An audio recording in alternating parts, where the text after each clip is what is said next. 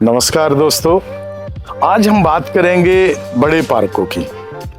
हम क्या करते हैं, कई बार अपने पार्क बनाने की सोचते हैं और अमूमन हमारे लिए समस्या ये होती है कि पार्क हम कैसे तैयार करें। तो उसका मैंने बड़ा साधारण सा एक तरीका निकाला है कि जितना भी आपका क्षेत्रफल है, छोटा है बड़ा है, उसी हिसाब से आप क्या करें कि जैसे मान लिया हम एग्जाम्पल के तौर पे एक 500 गज का ले लेते हैं। अब हमें उसका पार्क तैयार करना है, तो उसका सबसे अच्छा तरीका है कि आप उसमें 2 फुट की क्यारी चारों तरफ आप उसकी बनाएं।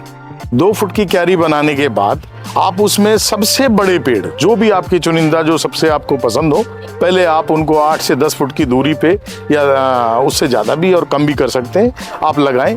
उसके बाद उससे जो छोटा पेड़ आप उसको लगाएं। उसको लगाने के बाद आप देखेंगे कि जैसे आपने 10 फुट की दूरी पे लगाया था, बीच में एक प्लांट आपने लगा दिया, अब बीच में बची हमारे पास 5 फुट की दूरी। अब 5 फुट की दूरी जब पेड़ के बीच में बचती है तो उसके बीच में एक उससे छोटा पेड़ लगाएं। यानी कि अगर हमने पेड़ लगाया है 10 फुट का, तो उससे छोटा पेड़ होना चाहिए 5 फुट जो बीच में डालेंगे, और 5 फुट के बीच में अगर हम डालते हैं तो हमें 2.5 फुट का पेड़ डालना है। वो कोई भी आप पसंद कर सकते हैं, जो भी आपके पसंद का हो। और वो डालने के बाद हमारे पास जो जगह नीचे बच जाती है, उसमें हम डालते हैं मल्टी कलर के फूलदार पौधे, जिन्हें हम सर्व प्लांट कहते हैं। अलग अलग टाइप के फूलदार पौधे आप जब डालेंगे, उसके अंदर एक एक 2-2 पीस डालते चले जाएंगे, तो आपकी वो पूरी की पूरी क्यारी लगभग रेडी हो जाती है। अब उसके बाद भी हमारे पास कुछ जगह नीचे जमीन में बच जाती है, जिसमें हम लगाते हैं अलग अलग कलर के पत्तों के फूलों के ग्राउंड कवर को भी चुनने में थोड़ी सी आप सावधानी बरतें कि अपने एरिया के हिसाब से जो सबसे सुंदर पत्ते वाले फूल वाले पौधे हैं आप उनको लगाएं। उनको लगाएंगे तो वो जमीन जो है आपकी तकरीबन वो 2 फुट की क्यारी पूरी भरती हुई चली जाएगी। अब जब 2 फुट की क्यारियां आपने पूरी भर ली, तो बीच में जो जगह हमारे पास बची है उसमें लगाएंगे हम ग्रास भी अनेकों प्रकार की होती हैं। आजकल क्या है कि थोड़ा सा दौर बदल गया है। पहले हम लगाते थे सिलेक्शन 1 घास, फिर आई एक बरमुंडा ग्रास, आजकल नीलगिरी ग्रास भी लग रही है।